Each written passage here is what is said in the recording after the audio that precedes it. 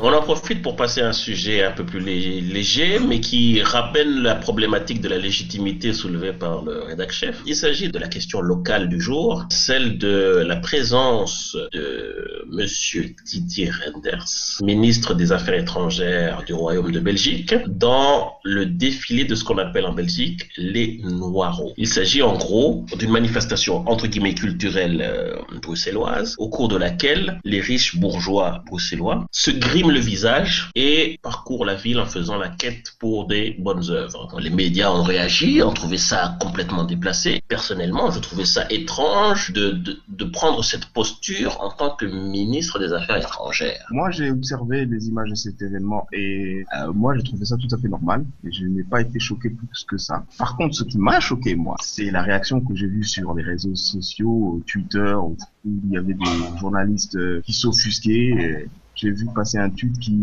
où il y avait un gars qui disait « Et qu'est-ce que les Africains penseraient s'ils voyaient ça ?» Donc je dis « Mais oui, je suis africain et j'en ai rien à foutre. » Voilà ce... PGB, tu es africain et tu es en Belgique. Qu'est-ce que tu en as à cirer de cette affaire? Pas grand-chose non plus. En fait, j'ai l'impression que c'était beaucoup plus entre un nouvel épisode dans la guéguerre, j'appelle ça une guéguerre entre les Congolais en particulier et les Belges.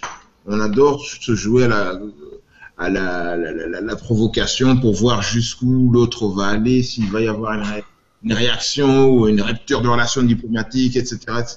Et puis, finalement, on se rend compte qu'il n'y a rien. Donc, finalement, c'était une provocation inutile et non nécessaire. Enfin, mais tu reconnais que c'est une provocation de la part de ce monsieur?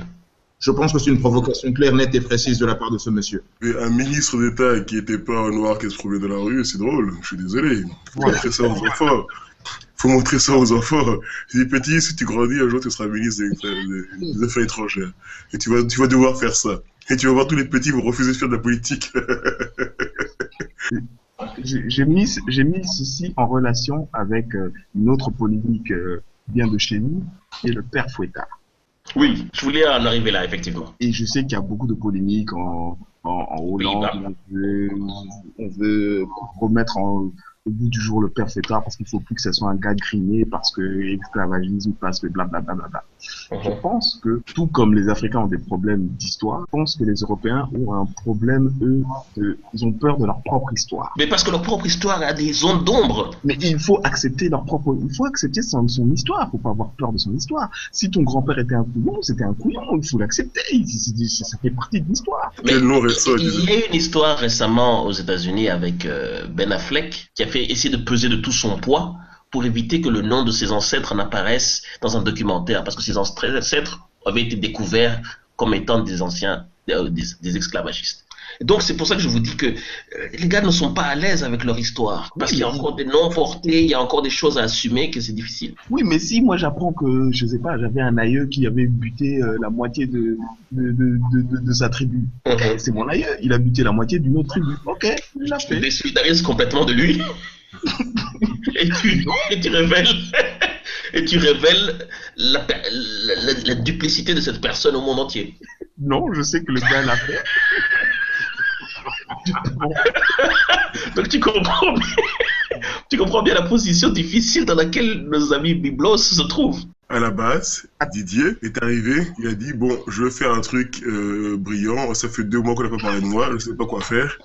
Allez, go, cirage, on va se promener. Donc résultat des courses, les gens ont dit... Je vous donne un exemple. Attendez.